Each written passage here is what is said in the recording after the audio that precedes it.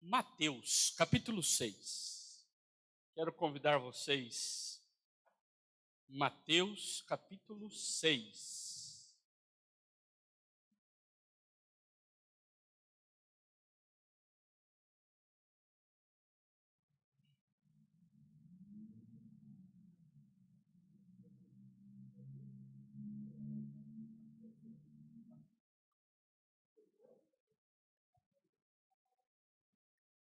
Mateus, capítulo 6, versículos 1 a 18.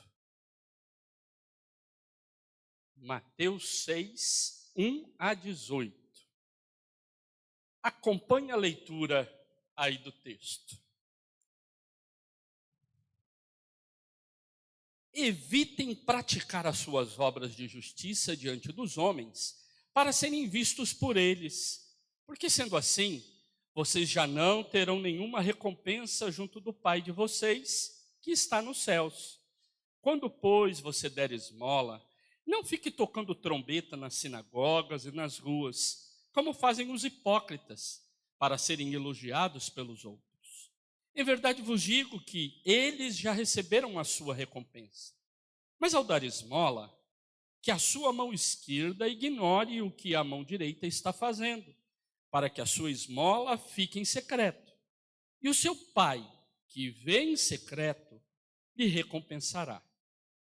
E quando orarem, não sejam como os hipócritas, que gostam de orar em pé nas sinagogas e nos cantos das praças, para serem vistos pelos outros. Em verdade vos digo que eles já receberam a sua recompensa. Mas ao orar, entre no seu quarto e, fechada a porta, ore ao seu Pai que está em secreto. E o seu Pai, que vê em secreto, lhe recompensará. E orando, não usem de vãs repetições, como os gentios. E aí nós saltamos agora para o versículo 16.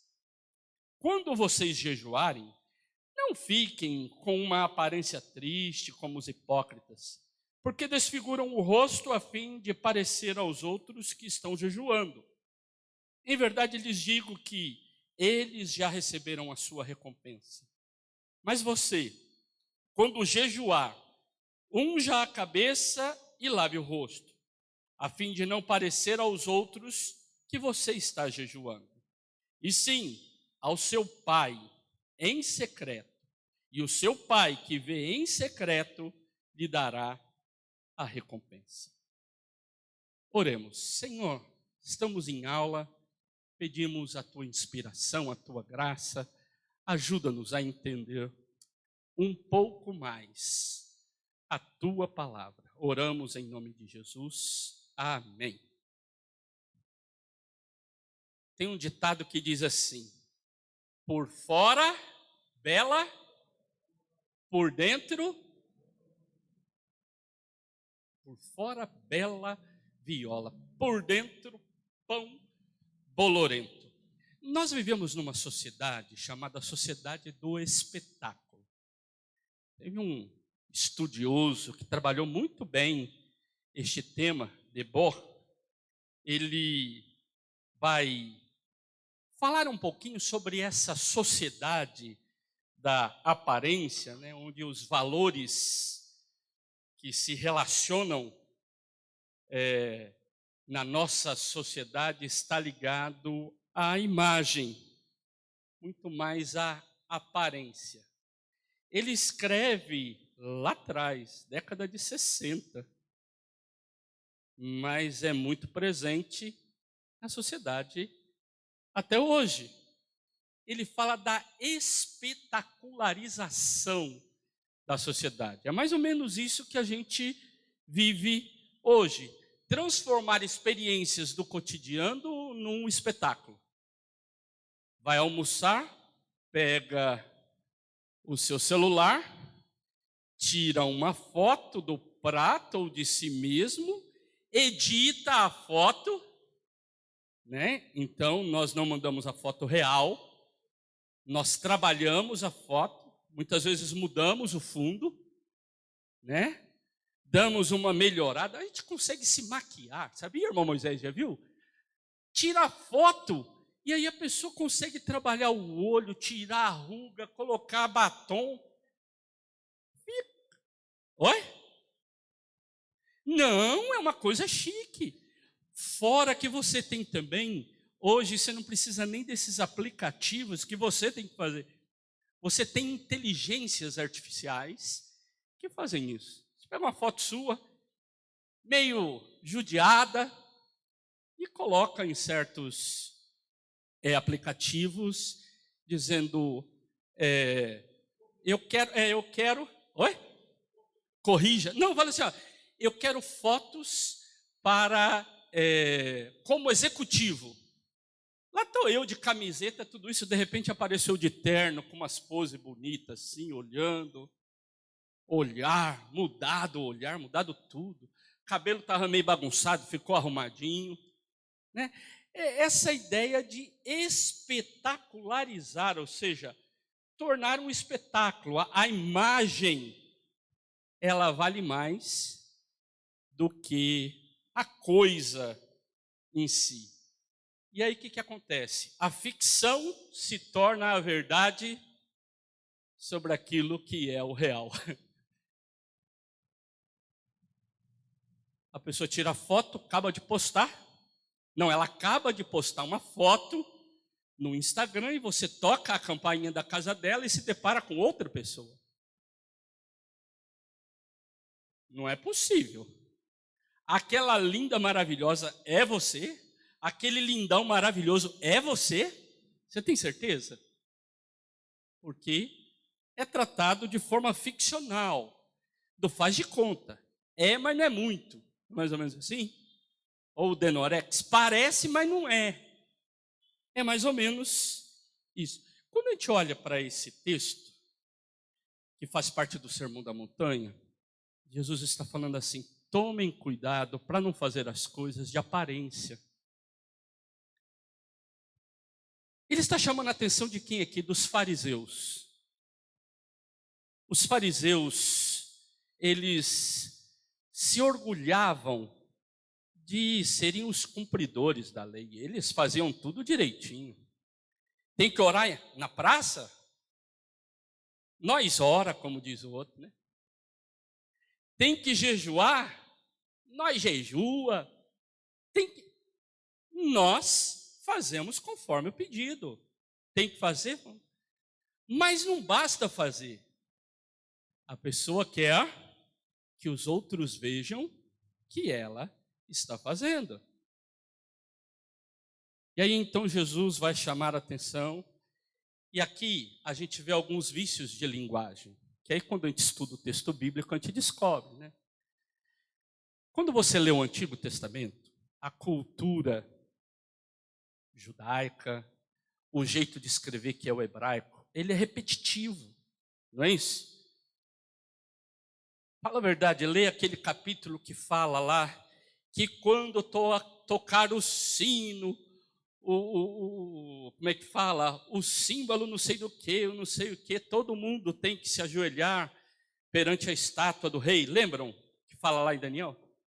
Quantas vezes repete a mesma coisa? Porque é o jeito daquela cultura. Aqui você tem gente escrevendo em grego, mas pensando daquele jeito.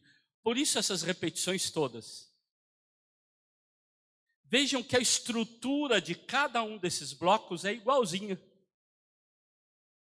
Quando você for fazer, não faça na frente dos outros. Faça em secreto. Seu pai que vem em secreto te recompensará. Ou seja, aquilo que nós temos como valores é que é o importante no ato de fazer esses atos aqui retratados. Aqui está falando de atividades ligadas à fé, então atos de piedade e também obra de misericórdia, dar esmola, ajudar o outro.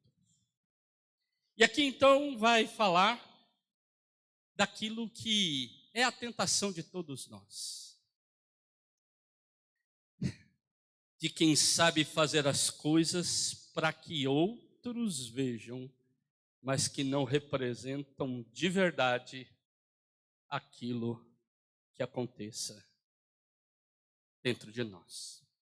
Por isso, quando eu pensei nessa lição, conversei um pouquinho com o Chico, e aí a gente estava trabalhando algumas questões, dialogando, e eu então pensei, esse texto pode nos ajudar a entender essas questões ligadas à aparência, à essência e à decência. Agora, eu gostaria de pegar essas palavras, tentar contextualizá-las e trazer para o nosso cotidiano, para a nossa vida comum.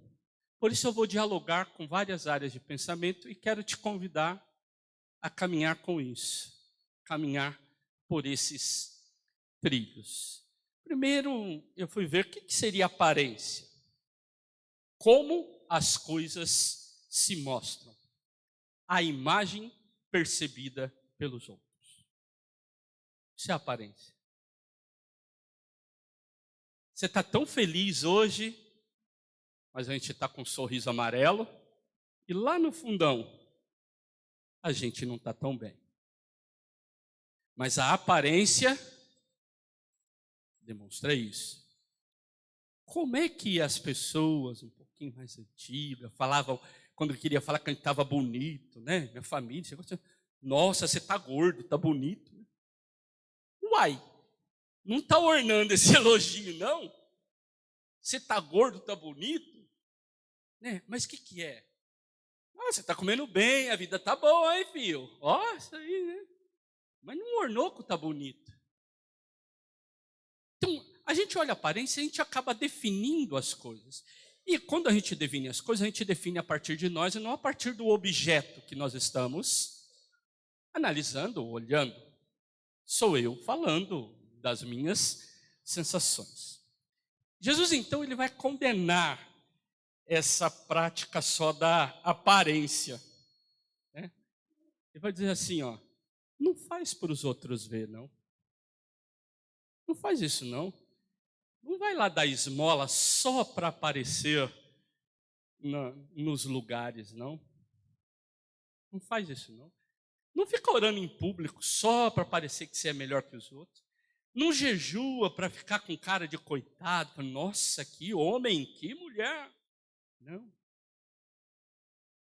Parece que nas redes sociais a gente está mais ligado a essa leitura da aparência.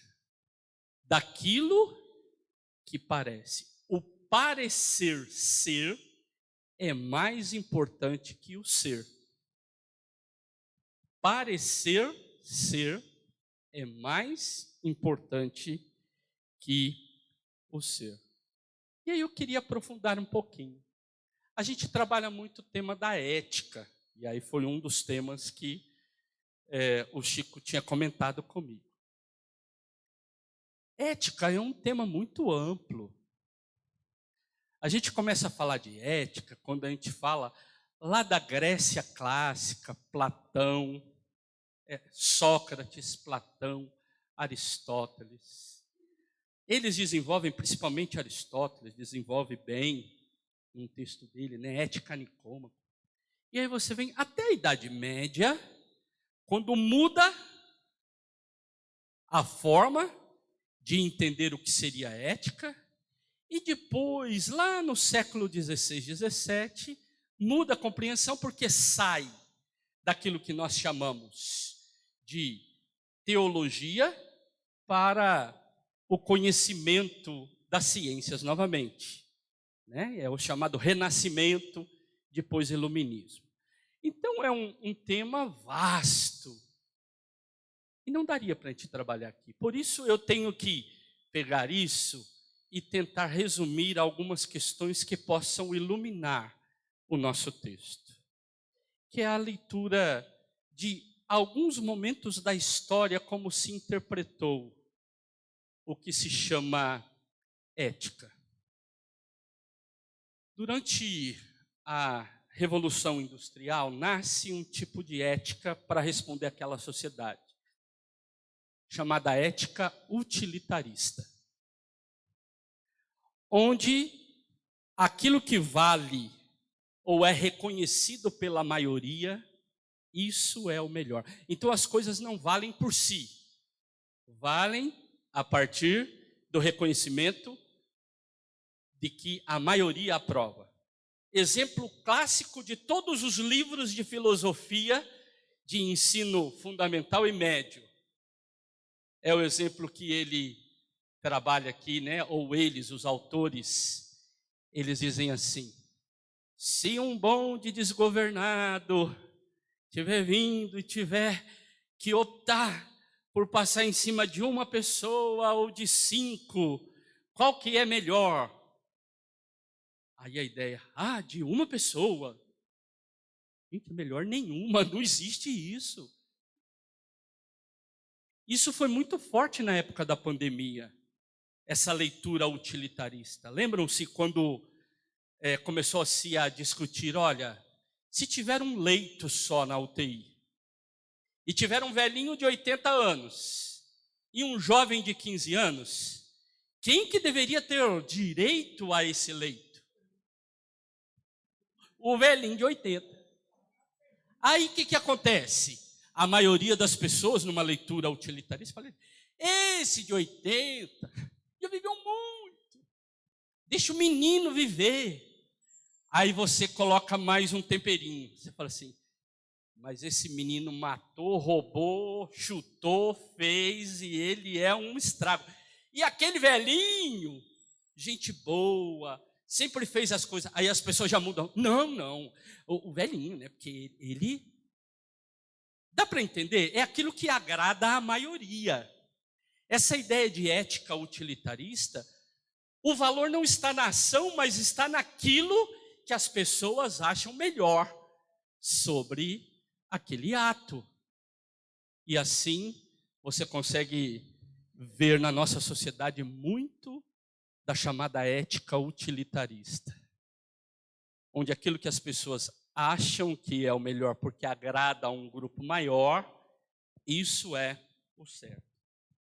Agora, nos Estados Unidos, passados 100 anos, nasce uma outra forma de entender a ética, nessa mesma ideia de uma ética consequencialista, onde o bom não está na coisa em si, mas está no resultado da coisa, que é chamado pragmatismo. As pessoas falam muito, né? Ele é pragmático. Que pragmatismo não é sinônimo de prático, né? Esse é um equívoco. Pragmatismo, ou pragmática, é uma forma de interpretar as coisas marcada por um olhar no resultado. Então você não olha na coisa, olha no que ela provoca. Mais ou menos assim. O importante não é se ele faz direito, é que ele dá resultado. O melhor vendedor de televisão é aquele que vendeu mais televisão.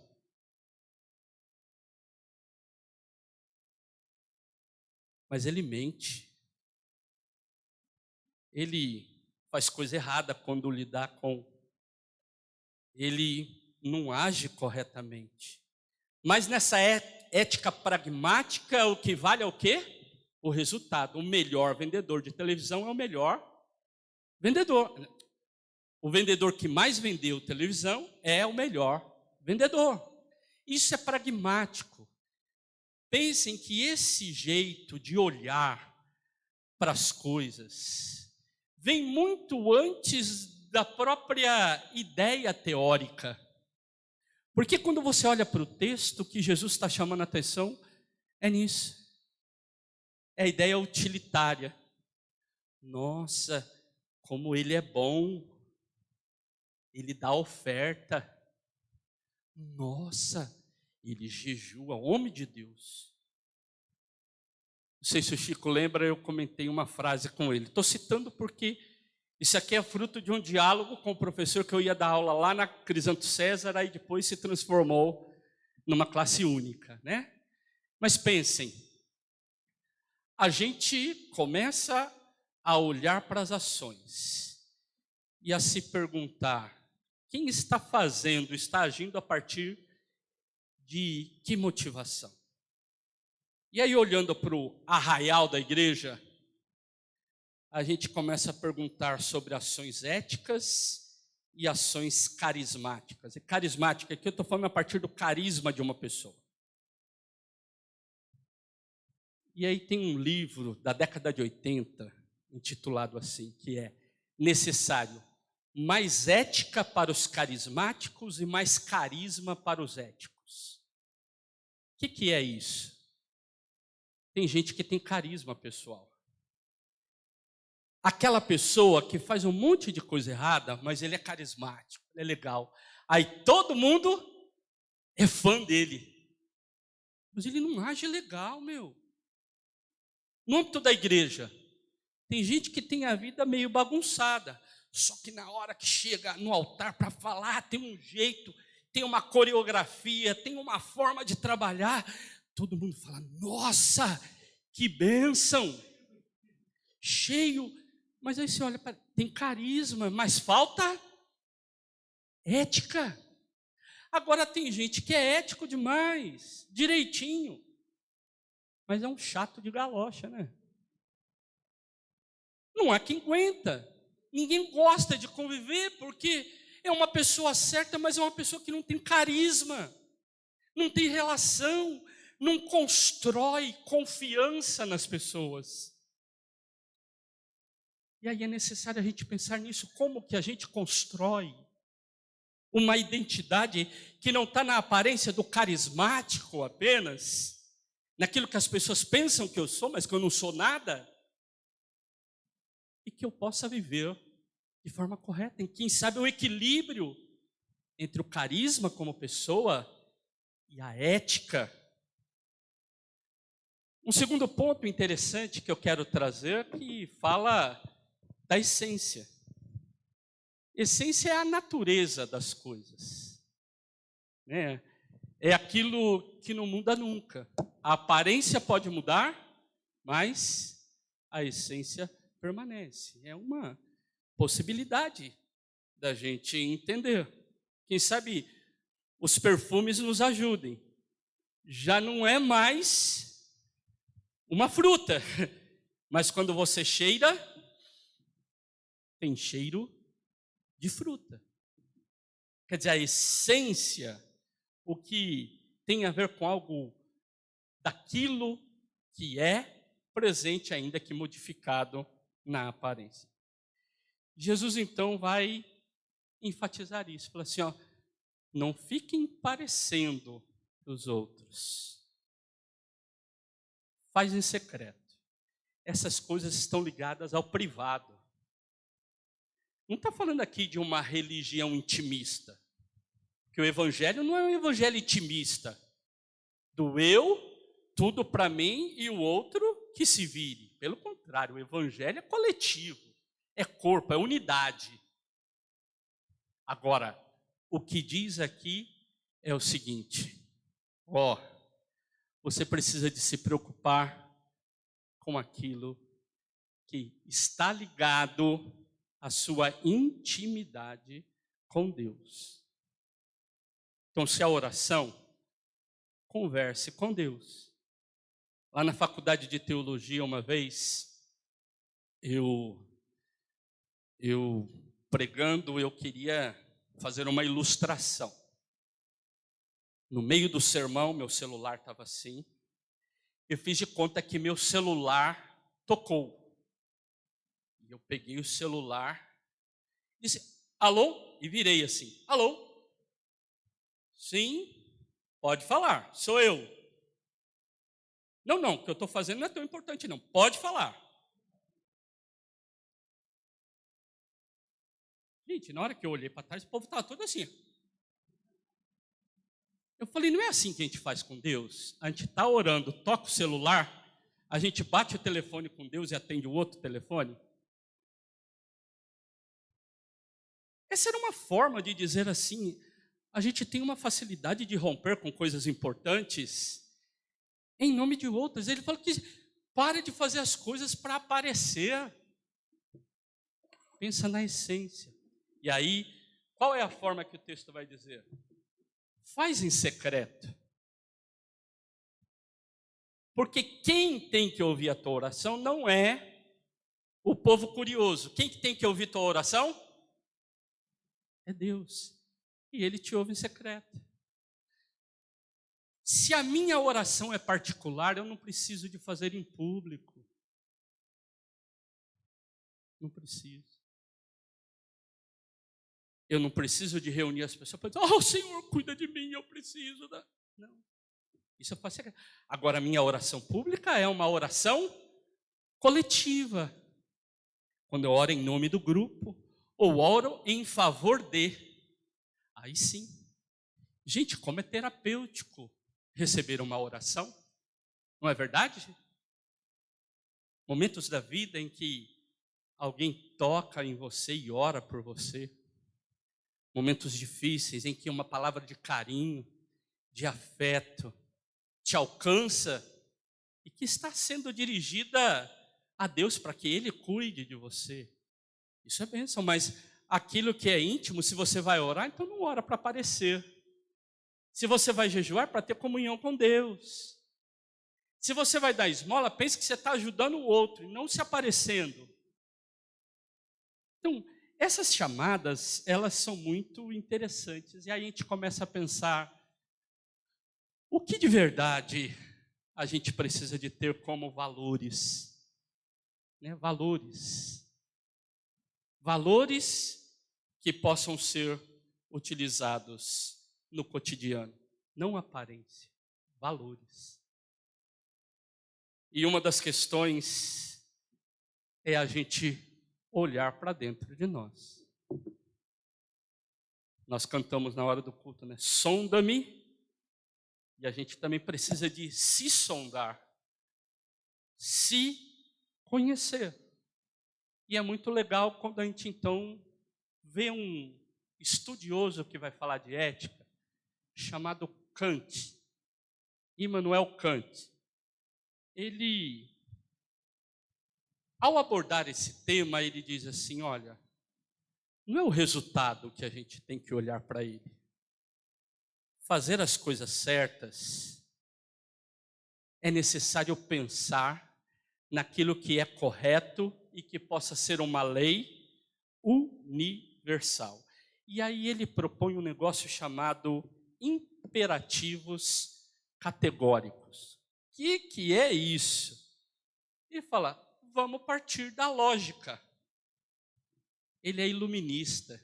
Ele está ali, ele é precursor, está começando a ideia do iluminismo, conhecimento. Ele diz, vamos fazer as coisas a partir da lógica.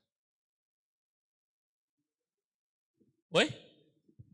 Deus é moral, é outra questão, é doutrina, é fé, é outra coisa.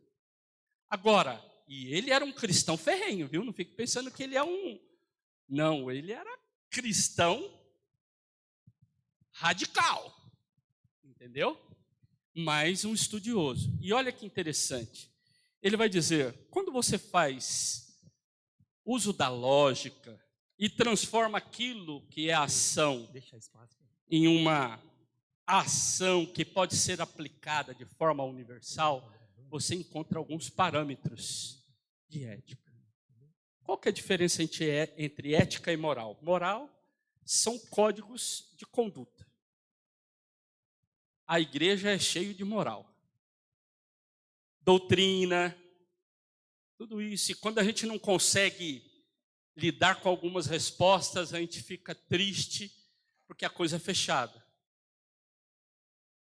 Um exemplo simples. A lei diz que tem que guardar o sábado. .com.br. O que Jesus fez? Ele cumpriu a lei? O que ele disse? Ele teve uma reflexão ética. Ética é a reflexão sobre as ações. O melhor a se fazer. a faculdade de escolher fazer o melhor naquele momento. E naquele momento o melhor não era guardar o sábado, mas era curar. E ele falou, o sábado foi feito para o homem ou o homem para o sábado? Como que é esse negócio? Alguns anos atrás, vamos ver aqui, Brito. Alguns anos atrás, você acha que um adolescente, um jovem poderia entrar de boné na igreja? Não. Hoje entra. Comum. A gente vê. Mas por que não pode entrar de chapéu? Os judeus fazem ao contrário. Você não pode ficar sem chapéu.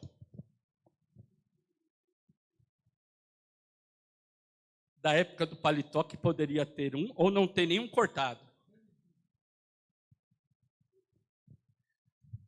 Moral é esse código de conduta.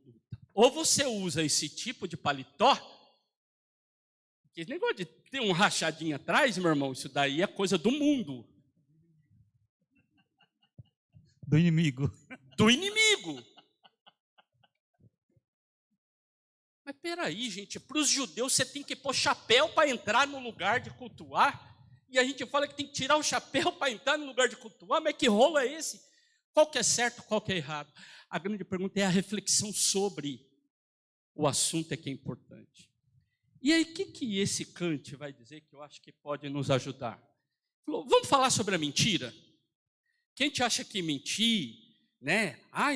É uma coisa de moral, tudo isso. Kant vai usar esse exemplo dizendo assim, por que mentir é errado? Não é porque desagrada a Deus. Não, ele falou, é simples.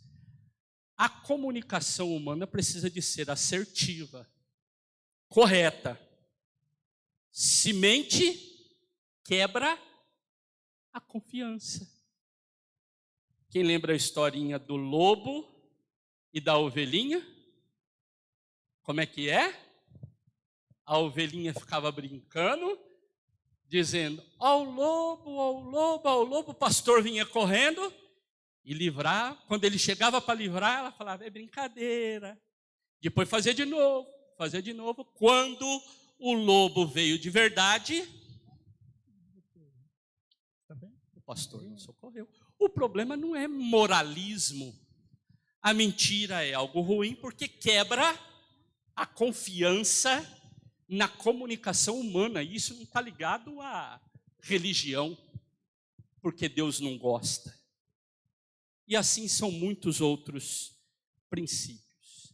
Quando você olha para essa postura apresentada por Kant e olha para o que Jesus propõe aqui, você vê que Jesus está dizendo, faça coisa daquilo que realmente é verdadeiro em você.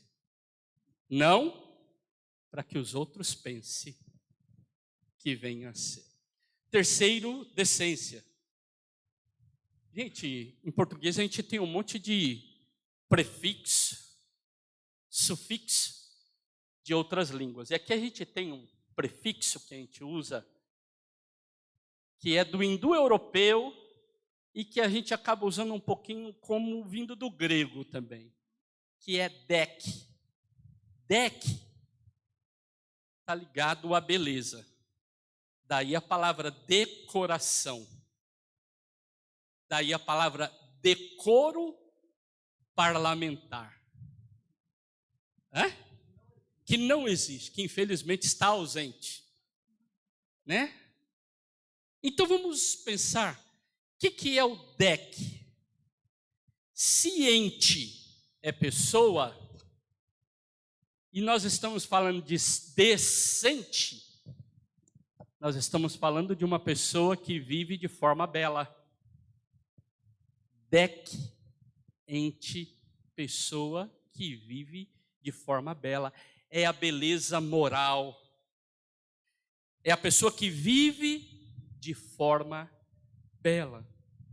E o que nós vemos aqui é a proposta de Jesus, falando assim, viva do jeito correto, não de aparência, para as pessoas pensarem que você é o que você não é.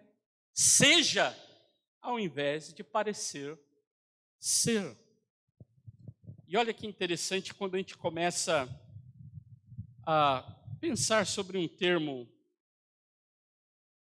novo relativamente. Já ouviram falar a expressão pós-verdade? Pós-verdade é você convencer as outras pessoas pelo sentimento, pela emoção, mais do que pela objetividade do ato. Então você não está preocupado com a verdade em si. Você quer mudar a opinião pública a partir das sensações, dos sentimentos. E isso é real em vários campos da vida. Em vários campos da vida. A gente acaba gostando de umas ideias, e quando vem alguém e apresenta aquilo que a gente é meio simpático a ele, a gente não está preocupado a averiguar se aquilo é verdade ou não. A ideia já nos agrada e nós apresentamos como verdade. Daí nasce a chamada fake news. Eu começo a falar, e se alguém fala para mim que é mentira, eu falo assim, não importa, a ideia é boa. Mas não é verdade, é fake news. Não importa, mas a ideia é boa. Não é verdade, mas se fosse, isso é bom. Vamos fazer com que seja verdade. Jonas? Pastor, uma coisa interessante, acho que a rainha Elizabeth, ela dizia uma coisa assim interessante, né? É sobre a ética. Não sei se ela baseou naquele livro Ética Nicômaco lá, né, também, né? Mas ele fala assim, você não tem que ser ético, você tem que parecer ético. Parecer. E tem a questão da visão, quando você fala da ética utilitarista, do contexto não teológico, não jurídico, o contexto logístico. Tem essa história, no caso, você está dirigindo, acabou de tirar uma habilitação, você não tem habilidade. E você está em 5 pessoas, você desce para a praia. E hoje Mas vai descer. Não, e vai descer. Aí o que acontece? É comum as pessoas andando no meio da rua do nada, aí entra na rodovia. Você está em 5 pessoas, aí uma pessoa atravessa, você está a 100 por hora. Se você acionar o pé no pedal, frear com tudo, ele vai rodopiar, a tendência de matar os 5, isso é muito. Então, ao invés de matar 5, mata um só. O contexto dessa forma, porque se você está aqui com o volante, qualquer viradinha, ele já capota, independente. Então, a visão já seria diferente.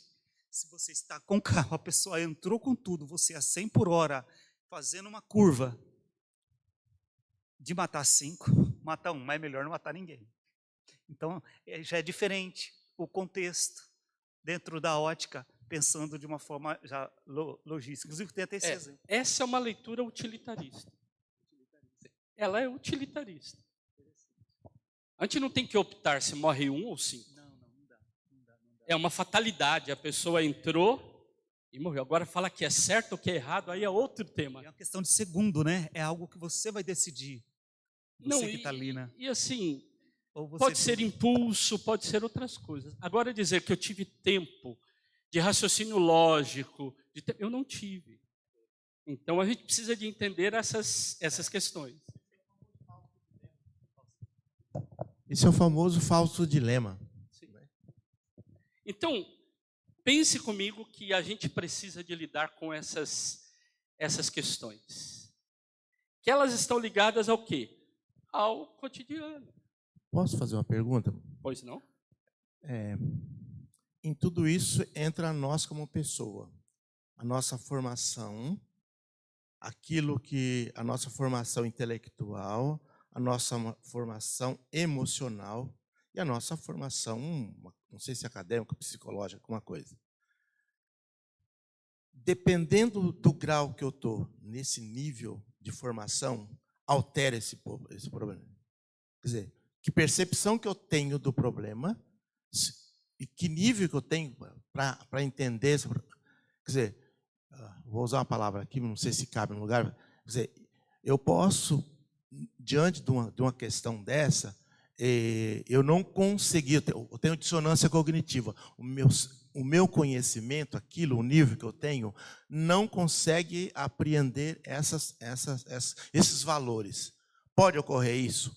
Quer dizer, eu faço uma coisa errada porque o meu nível de conhecimento, de amadurecimento emocional, psicológico e acadêmico é muito baixo. Então, sobre esse problema, eu tenho dissonância cognitiva, quer dizer, a minha cognição não atinge para chegar nesse problema. Acontece isso?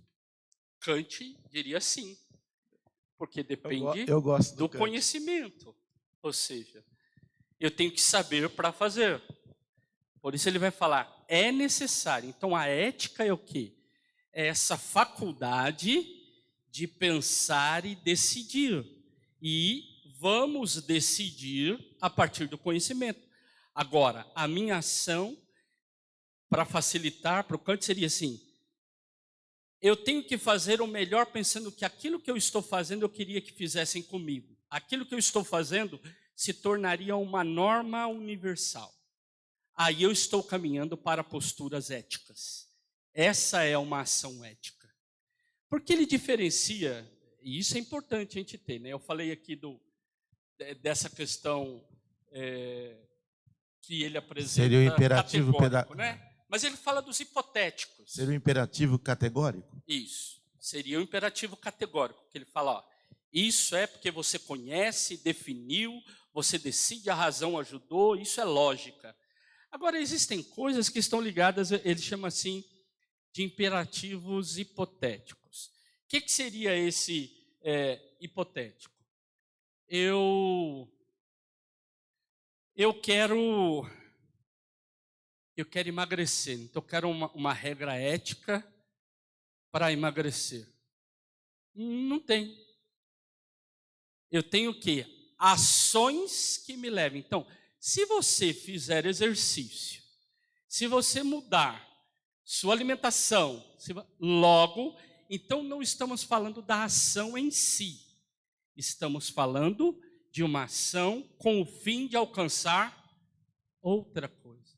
Para gente falar o que é categórico, para a gente falar isso é ético ou não, precisa de ter esse tempo de reflexão, de decisão, de pensar, ó, isso aqui pode ser certo em todos os lugares.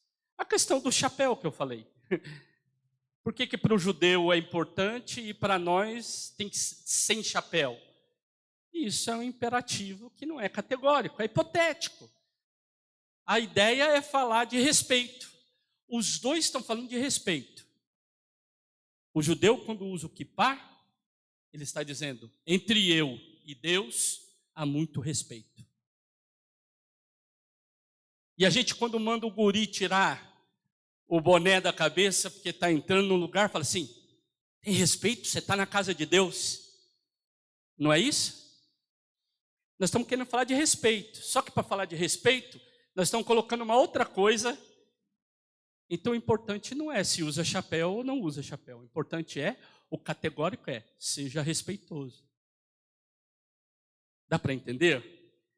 Nesse sentido, o que eu acho que essa lição pode trazer para a gente de desafios? Pode trazer de desafios. Oba, eu nem tinha visto que estava aqui. Primeiro, a gente precisa de trabalhar aspectos da sinceridade. Isso não é fácil quando a gente tem que lidar conosco mesmo, conversar com os nossos botões. Não é fácil. Processo de psicanálise, psicoterapia, não é ficar falando mal dos outros, né? Quem paga a psicoterapia para ficar falando mal do chefe, mal do marido, da esposa, dos filhos, dos pais, está gastando dinheiro, porque na realidade investir é a gente conseguir trabalhar a nossa vida. E gente, como é difícil esse autoconhecimento. Como é difícil lidar com as nossas contradições. Eu acredito que o que Jesus chama a atenção é o seguinte: para de fazer as coisas para os outros verem. Faz de verdade o que você é. E se o que você é não está sendo o seu melhor, melhore o que você é. Que nós possamos, acima de ficar procurando a aprovação do outro, do próximo, procurar a aprovação dos valores do reino de Deus. Para isso precisamos conhecer. Para isso, um ambiente de escola dominical, que aqui tem muito mais um tom de palestra, porque a gente fica num lugar diferente, é diferente de uma sala de aula que a gente consegue fazer dinâmicas um pouco diferentes, as pessoas se sentem mais à vontade, mas a gente conseguiu construir essas leituras de mundo. Mais que aparência. Vamos refletir sobre essência para viver com decência no mundo que nós estamos. Perguntas, colaborações, agora é com vocês. É a hora do bate-papo, caso queiram. Não, Jesus é muito complicado, né? Para mim, Jesus é muito complicado. Às vezes, é culpa de Jesus. Não facilita, realmente não facilita. Essa história de ser sal da terra e luz do mundo é uma das coisas que mais me incomoda na face da terra, esse negócio aí. Eu vou voltar no ponto outra vez. Muitas vezes, vamos dar uma olhada no nosso como chama? Mundo cristão, evangélico brasileiro, por exemplo. Então, na minha pequena visão, talvez sou ignorante nessa parte mesmo. Quer dizer, nós temos uma liderança, por exemplo, que não trabalha essas questões, porque não interessa. Porque não interessa. Agora, por que não interessa? Se essas pessoas, elas têm formação para isso, sabe que a finalidade do evangelho não é essa, e trabalham e conseguem fazer isso de uma maneira assim, tão com naturalidade, conta mentira com tanta naturalidade, conta fake news com tanta naturalidade. O que acontece com essa liderança? Ele tem dissonância cognitiva, ele tem um imperativo categórico diferente da proposta do evangelho. O que acontece? Porque eles nos formam. Naquela história que nós estávamos conversando essa semana, nós, pobres mortais que sentamos nos bancos, nós aprendemos com essa pretensa liderança. Se a proposta de Jesus tem essa, o que acontece com essa liderança? Ela tem um imperativo categórico diferente, ela tem dissonância cognitiva, ela tem interesses, um fisiologismo, oportunismo, ou alienação. O que você enxerga nisso?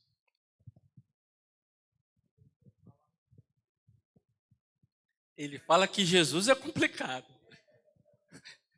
Jesus que é complicado. Eu acredito que nós temos algumas possibilidades de interpretação. Primeiro, todos os espaços hierárquicos são espaços onde você quer pessoas que não tenham possibilidades de aprofundamento em reflexão. Todos os espaços, na sociedade, na escola, na igreja, pessoas que tenham posturas autoritárias, que tenham posturas firmadas em carisma pessoal, não gosta de fornecer para os seus liderados conhecimento. Então, isso para mim é uma questão importante, né?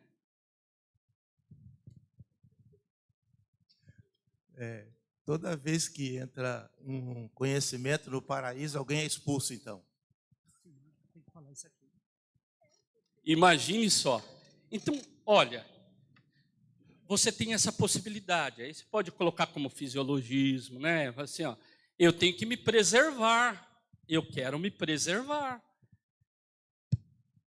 Olha a ética pregada por o príncipe lá, o Maquiavel. Maquiavel deixa claro. A ética do príncipe é qual? Manter-se no poder. E para manter no poder,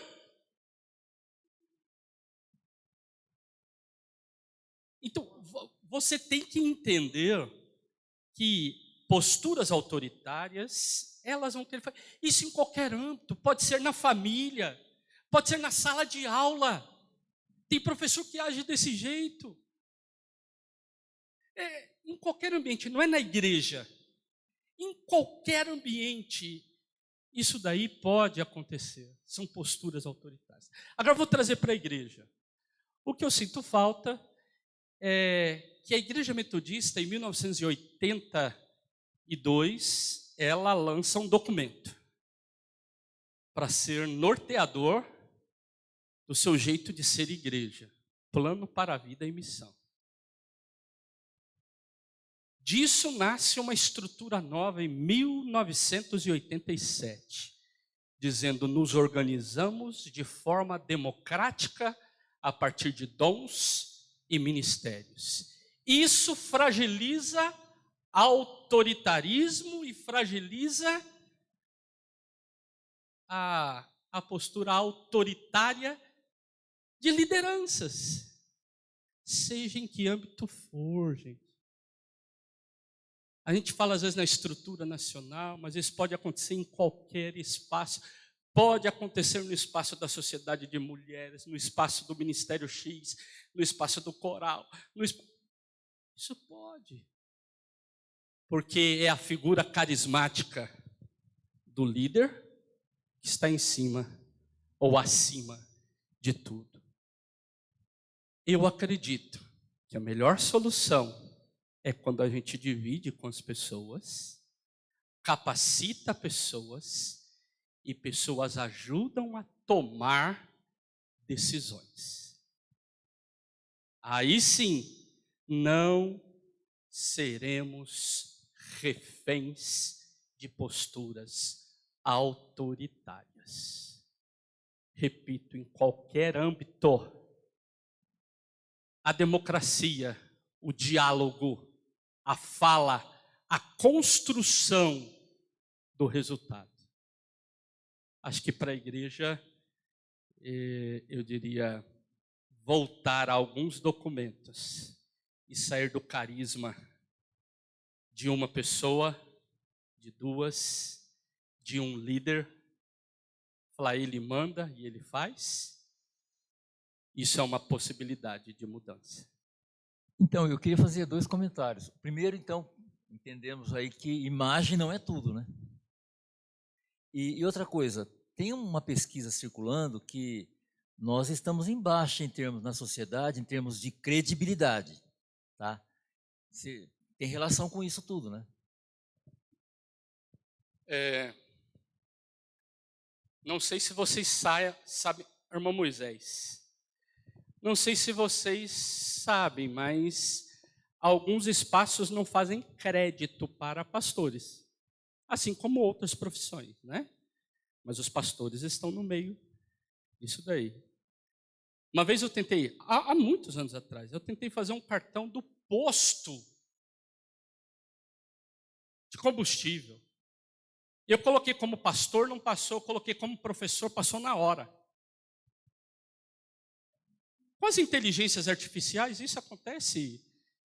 Se você manda currículo num lugar, o currículo é lido por inteligência artificial, né? Então, eu já aprendi o seguinte: hoje você não faz currículo com coluna, com foto, esses negócios chiques. Eu gosto de fazer esses negócios tudo cheio de flu-flu. Descobri que isso só atrapalha. Sabe por quê? Porque, na realidade, a inteligência artificial ela vai escanear aquilo e pegar. Então imaginem que nós estamos em baixa, porque as nossas ações, na realidade, não estão condizentes com aquilo que nós, de fato, pregamos. Então, ou seja, a gente quer aparentar algo com o discurso, mas a nossa essência está exalando outras coisas. Irmão Moisés? Não, só fazer uma colocação. Quando você não quer resolver um problema, você cria uma comissão. Então, esse aspecto, às vezes, dessa democracia, ela às vezes mais atrapalha do que ajuda, na minha opinião. É isso que eu penso. Acolho com carinho isso, porém discordo. Né? Porque na realidade eu diria assim, o processo democrático ele é burocrático. Esse é o problema. Ele é mais demorado. Ele é enrolado. Eu não tenho dúvida disso. E gente, não tenho mesmo. Mas infelizmente ficar refém de valores marcados pelo poder de um líder carismático também é um grande problema. Mas são questões para a gente... Isso, mas o poder é conhecimento. Só existe poder se houver conhecimento. Se não houver conhecimento de causa, vai ser sempre uma confusão. Mas aí entra o que o Chico falou. Quem está no poder não quer que seus liderados conheçam. Essa é a verdade. Isso é um marco histórico que a gente pode ver. Todas as lideranças autoritárias, elas impedem, desde governo, gente. Uma das coisas que o governo faz quando quer eliminar é mexer na educação, Minha filha hoje está no ensino médio. Gente, como algumas coisas ficaram precarizadas no novo ensino médio, sabe? Infelizmente. Então, mas eu diria assim, gente, que alegria rever vocês. Eu amo estar aqui com vocês. Eu amo dar aula, vocês sabem isso. Amo dialogar e desejo ser bênção na vida de vocês, tá? Em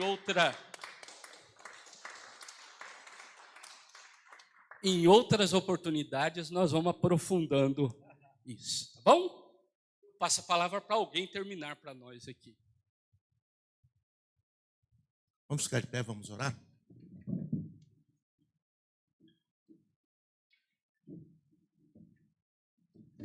Senhor nosso Deus, muito obrigado, porque a Tua palavra nos incomoda. O Teu servo trouxe questões que nós precisamos pensar, amadurecer, colocar diante da Tua vontade, da Tua prática, Jesus, para que nós possamos escolher a melhor forma de ser sal e luz nesse mundo tão conturbado, nosso Deus, cheio de tantas verdades, pós-verdades e fake news, e nós como Teus filhos e filhas, servos e servas, temos um trabalho, né? Uma missão nesse mundo.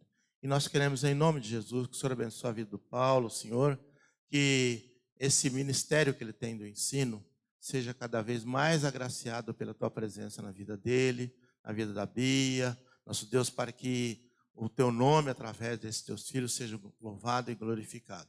Muito obrigado por esse dia, por cada filho Teu, cada filha Tua que esteve aqui hoje, que nós possamos levar algumas inquietações, para que através dessas inquietações o Teu Espírito Santo nos incomode e faça transformações nas nossas vidas. Nós te agradecemos por tudo isso em nome de Jesus. Amém.